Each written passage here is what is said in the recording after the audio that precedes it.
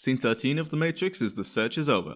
13 is unlucky for some, but this scene is 30 seconds of dialogue, so yeah, it's unlucky for me as well. After having spewed and passed out in the last scene, we open with Neo waking up.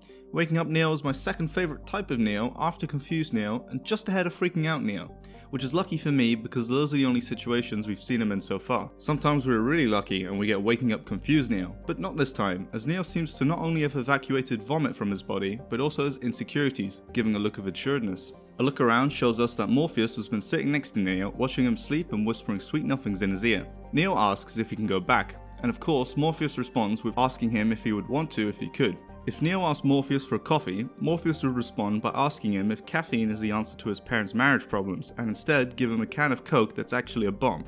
Just the least helpful guy in the world.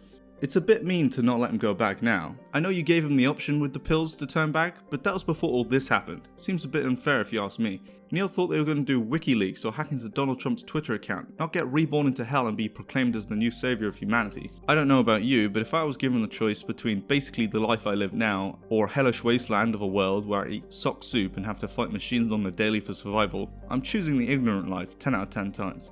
Morpheus goes on to apologise for removing Neo so late, as older people who are freed from the Matrix normally can't adjust, casually telling Neo they almost killed him. So there's a good chance Neo would just die when he left the Matrix, as his mind fails to accept reality, and the crew seem pretty adept at retrieving him. So what are the chances that Neo is the 20th person they've tried to trick into becoming the one, and in the back of the Nebuchadnezzar somewhere there's a room full of the other 19 bodies? But more concerning, Morpheus says they only free a mind before they reach a certain age, which is a nicer way of saying they only capture and indoctrinate children. I would also have an easier time convincing children rather than adults that there is a magical world outside the Matrix. That's how cults work. I don't know what's worse between being a child thief or being a terrorist, but I am sure that being both doesn't cancel the other one out. Morpheus. Morpheus proceeds to tell Neo a story on how early in the Matrix there was a man who could control it and bend it to his will, allowing some humans to escape who later became the resistance movement.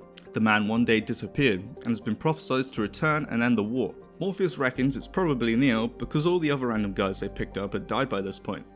He says as long as the Matrix exists, the human race will never be free, which, again, given the choice, I think I'm happy for all of humanity to remain in the simulation. A simulated freedom might as well be the actual freedom, and it's not like life outside the Matrix is any better than inside. Remember when humanity moved the sky? Yeah, I don't want to be in that place.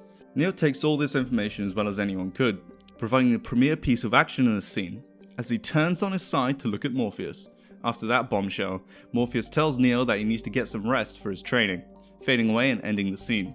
Wow, I'm literally speechless after that scene, because almost literally nothing happened. I don't know what's contained in every scene yet, but I'm confident this will be the worst and least eventful in the whole film.